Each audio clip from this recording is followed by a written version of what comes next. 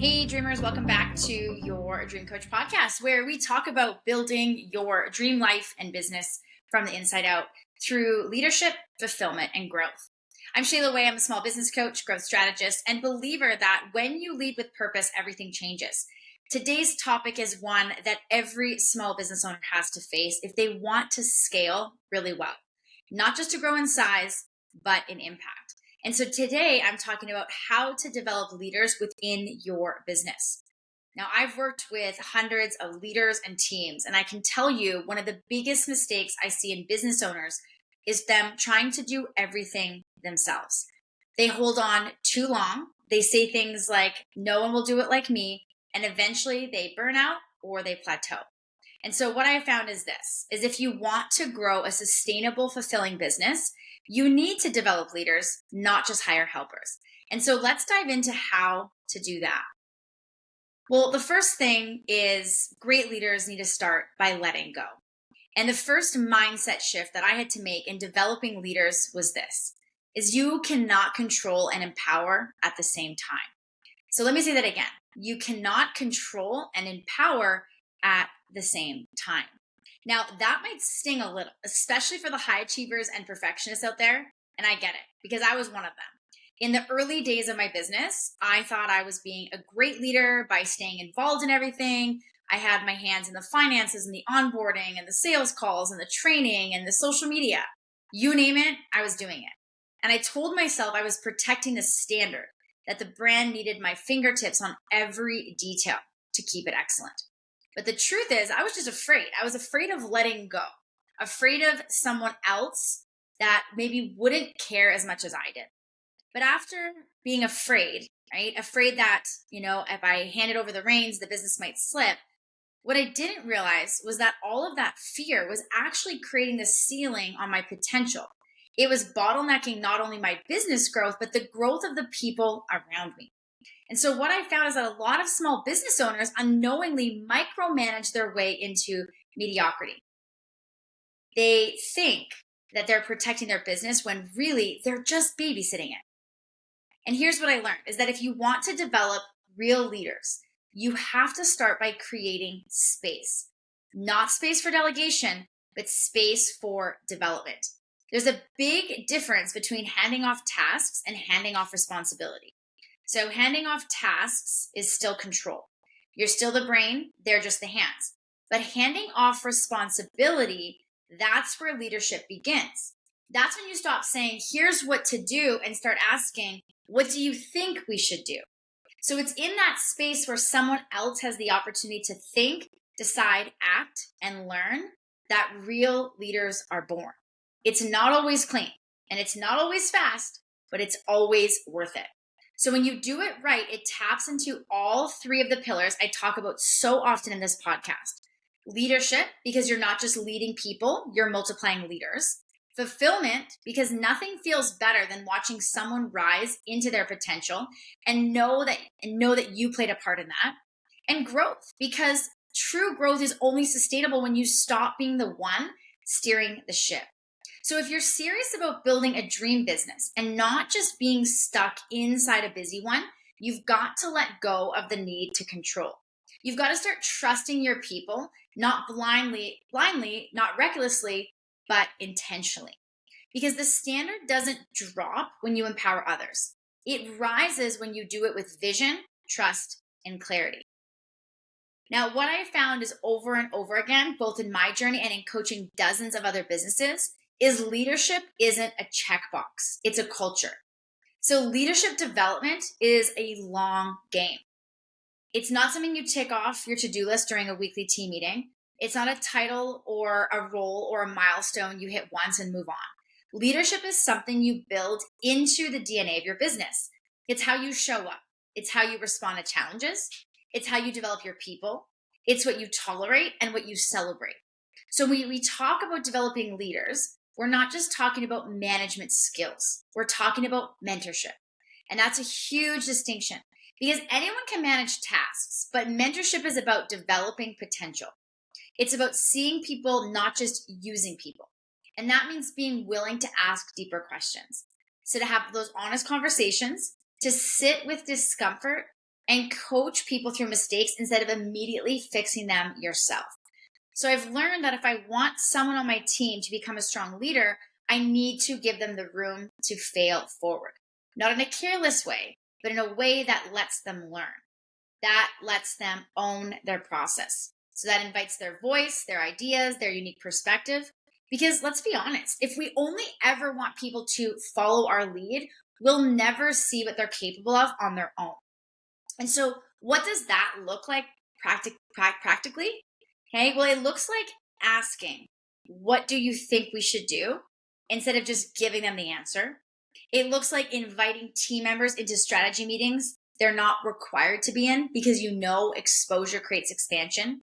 It looks like giving feedback that's not just corrective, but constructive, rooted in belief, not just criticism.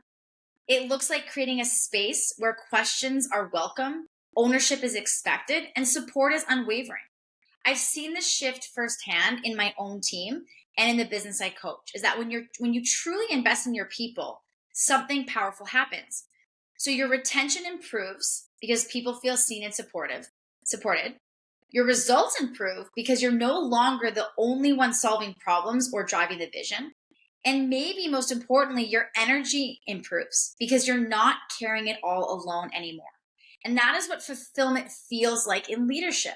So when you know that what you're building isn't just profitable, but it's purposeful, when your impact is rippling through others, and here's the beautiful part, the payoff, it's exponential. One well-developed leader can replicate your vision in ways you never could alone. So they start to carry the mission and they become culture carriers. So they raise the standard without having to say a word. And that's not just growth, it's growth that multiplies. So this is the next level of business most people never reach because they're too busy doing everything instead of developing the people who could just do it with them and eventually better than them. So if you want to build a dream business, not just a busy business, this is where the shift happens. So leadership isn't a solo act, it's a ripple effect. And it starts with a decision to lead in a way that develops leaders, not followers. So your leadership style will be modeled.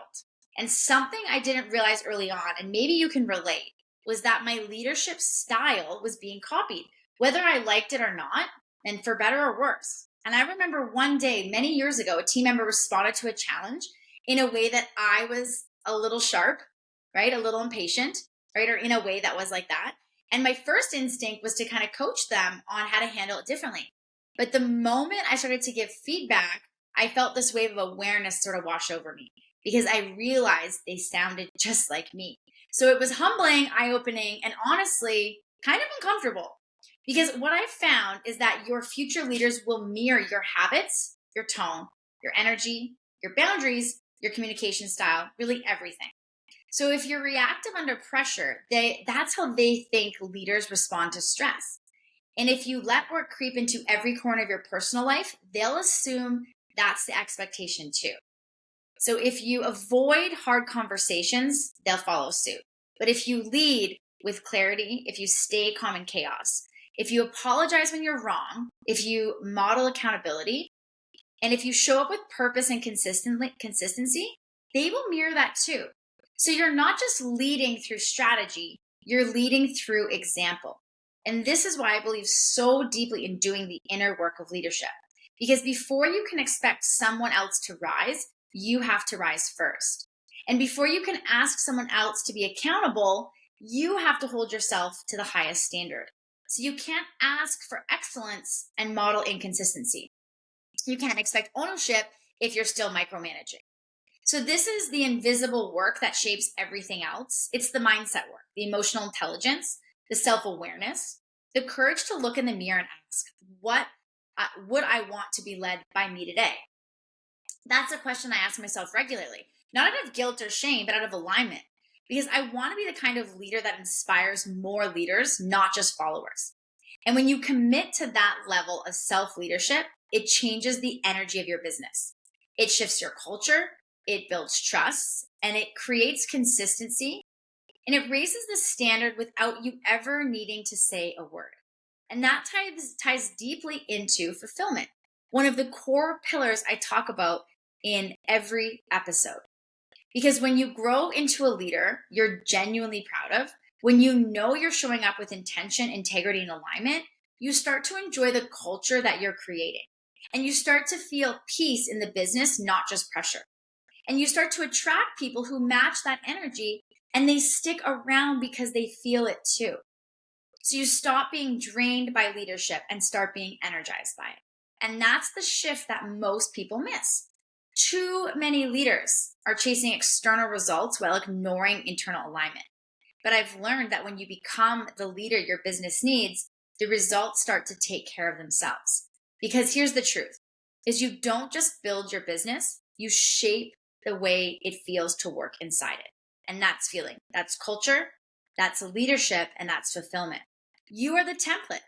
So whether you like it or not, and the hard question becomes, what kind of example are you setting? And is it one you'd be proud to be repeated, or to see repeated, I should say? Because trust me, as a leader for decades, it will be. Now, giving them a vision, giving your team a vision to lead and not just tasks to do. And so here's the thing, is that no one wants to be a glorified to-do list. People don't wake up excited to follow instructions. They want to follow inspiration. They want to feel like what they're doing matters. And so what I have found after years of leading teams and coaching business owners is that the people in your business who carry real leadership potential, those are the ones, that you want to grow with. They're the ones that are not looking for more tasks. They're looking for a mission. They're not asking what needs to get done. They're quietly wondering, what am I really a part of? And the subtle difference is everything. If you're treating your best people like glorified task doers, you'll burn them out. They'll start to disconnect, they'll eventually leave, or worse, stay and disengaged. Because no one thrives when they feel like a cog in someone else's machine. But when you cast a clear vision of where you're going, why it matters, and what role they play in getting there, that's when people light up. That's when they step up. That's when they start to own it like it's theirs. And I've seen it time and time again. When a team member hears, we need to hit this number, it lands like pressure. But when they hear, we're creating something that will impact thousands of people, and your work is a crucial part of making that happen, it lands like purpose. So that's how you unlock ownership. That's how real leaders emerge. And here's the deepest truth. This is how you build emotional buy-in, not through perks, not through micromanaging, and not through dangling incentives, through meaning. People commit when they care, and people care when they understand their purpose. And this ties directly into one of my favorite conversations around the second pillar of LFG, fulfillment. Because fulfillment isn't just about what you feel as the business owner. It's about what your team feels too. And so if your people don't feel seen, heard, connected to something bigger, it doesn't matter how smart your strategy is. They won't stick around long term. But when they do feel it, when they do believe in the mission, when they feel like co-creators instead of order takers, everything changes. And that's when your business starts to run with energy instead of effort. And that's when people anticipate problems, they take initiative, and they start thinking like owners. And that's when growth becomes sustainable, not forced, not fragile, but rooted. And on the leadership side, this is where your role shifts from being the one who does it all to being the one who casts the vision and cultivates the culture. Your job becomes less about managing every detail and more about aligning people with the why so they can run with the how. And this is the real work of leadership. It's not glamorous, it's not always fast, but it's transformative. And so if you're finding yourself frustrated because your team isn't stepping up, ask yourself, have I given them more than a task list? Have I given them a mission? And do they know why and where we're going and why this matters? And I've painted the picture in a way that includes them in the growth, not just uses them. Because here's what I know to be true, is you don't need more checklists, you need more buy-in. And that's when you start with casting a vision that makes people feel something. This is how you build not just a productive team, but a powerful one that grows with you, one that carries the mission, and that one that helps you build the dream, not just get through the day. So let's just get practical for a second, right? Systems support leadership development. One of the biggest mistakes I made early on in leadership was this, is I expected people to lead without actually equipping them to lead. So I had this internal narrative that sounded like this. Well, they should just figure it out. Or if they really want to grow, they should step up. And while that sounds empowering on the surface, what it really was, if I'm being honest, was a leadership cop out. I hadn't given them the tools, I hadn't built a foundation, and I hadn't actually created a system where leadership could thrive. So, what I found is that structure doesn't limit leadership, it supports it. We think freedom in what our team wants most is what our team wants most. But the truth is that the right kind of structure creates freedom. And not just for them, but for you too. And so here's what this looks like in action. Developing leaders isn't just about hoping someone rises, it's about setting them up to rise. So that means creating things like clear roles and growth plans so people know exactly where they stand and what's possible for them. If someone's title is assistant, but you expect them to make high level decisions, that disconnect creates confusion and stress. But when you lay out what growth looks like, what responsibilities lead to what opportunities, it empowers them to take ownership of the journey. Regular check ins and feedback loops, so not just to evaluate performance, but to coach through it. Leadership development is a two-way street. It's not just set it and forget it. It's ongoing alignment. It's asking what's working, what's not, where do you need support? These touch points build trust, boost confidence, and clarify expectations. And decision-making frameworks. This one was a game changer in my business. When you create frameworks like, if this costs less than $100 and aligns with our mission, you can decide. Or use the 1-3-1 method, one problem, 3 solutions, and your recommendation. You're giving your team a roadmap. And with a roadmap, they can move faster, more independently, and with confidence. Because here's the truth, is that leaders thrive when they know the rules of the game and the freedom they have within it. So it's like giving them a field to play on. You're not standing on the sidelines yelling instructions. You're giving them boundaries, tools, and encouragement, and then watching them own the game. And this is where real leadership begins. So it's not about command and control. It's about clarity and confidence. And so let's talk about how this ties into fulfillment. When your team knows what winning tools look like or what winning feels like, when they're growing, when they're supported, it changes everything. They enjoy showing up. They feel safe to stretch, and they start to become leaders in their own right. And that creates a culture you actually want to be a part of. And then comes growth, and the kind that's scalable. Because when you've built systems and frameworks and communication rhythms that don't rely on you to keep it all going, that's when you stop managing and you start multiplying. You multiply your impact, you multiply your time, you multiply your energy, and you multiply the number of people around you who are thinking like owners, not just employees. So if you're feeling stuck and if your team feels disorganized or overly dependent on you, I invite to ask you a couple of questions. One is, have I been clear about roles and goals and growth? Do we have a rhythm of feedback and check-ins? And have I built any frameworks that empower decision making? Because if not, you don't need to try harder. You need to build smarter. So structure supports freedom, systems enable trust, and clarity is the starting point of confident leadership.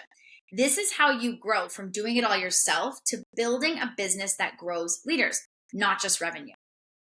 Now, I want to talk about the heart of all of this for a minute, is leaders and how they need to stay fulfilled, right? Because behind every strategy, every system, every leadership principle we've talked about, there's this simple truth. People don't leave companies, they leave culture. And in the same breath, people don't stay for paychecks alone. They stay for how it feels to work with you. They stay because they feel like they belong. And so what I found in my own business and the businesses I coach is this, is that when people stay when they feel seen, stretched, and supported. And I want to say that again. People stay when they feel seen, stretched, and supported. Seen because they know you value who they are, not just what they do. Stretched because they feel challenged and invited into growth, not stuck in the same routine. Supported because they know they have someone in their corner cheering them on and believing in them. And that's where fulfillment lives. not just for you as the business owner, but for your team too. Fulfilled leaders are the ones who are given ownership, who feel like their voice matters, and who are encouraged to grow not just as employees, but as people. So they feel like they're building something with you, not just working for you. And when that shift happens, the entire culture transforms. So I saw this change in my own business when I stopped just assigning tasks and started asking better questions. I started asking, what do you want to learn? Because learning is one of the most powerful forms of engagement. And if someone is curious, they're connected. And when you invest in their curiosity, you build confidence and loyalty. So, where do you see yourself in a year? Is another question that is gold because it opens up space for dreaming, for growth, and for long term thinking. And when you show someone you care about their future, they'll care more about your business in return. And what part of this business lights you up? Because when you find that spark in somebody, that's the thing that they naturally lean toward. You unlock a level of passion and ownership that no external incentive can touch. I've had team members completely shift lanes in the business because of these conversations. Someone who started in admin moved into community management. Someone who came in through operations turned out to be an absolute rock star at sales. But that only happened because we had the conversation, because I was willing to lead with curiosity instead of control. And so what I've learned is this, is when you support the person, not just the position, you build loyalty, you build trust, you build momentum. You build a ripple effect that spreads through every corner of your culture. This is the stuff that makes people stay, not just physically, but mentally, emotionally, and energetically. And this is what makes people care. And so from a leadership perspective, this is how you stop being the center of everything and start being the one who develops others to lead with heart. You become the kind of leader who builds a team that is emotionally invested in the mission, not just logistically assigned to it. And from a growth lens, this is how you scale with stability, because the cost of turnover, the cost of disengagement, the cost of poor culture, it's massive. And when you build a place where people thrive, you don't just grow, you grow strong. So if you're listening right now, ask yourself, have I taken time to truly see my team lately? Do I know what motivates them? And have I made space for their growth, not just mine? Because the truth is your team is your culture. And your culture isn't created by slogans or staff meetings. It's created by how people feel when they're around you. And if you want a business that doesn't just work, but works with heart, this is where it starts. With seeing people, stretching people, and supporting them. Not just as employees, but as humans with dreams.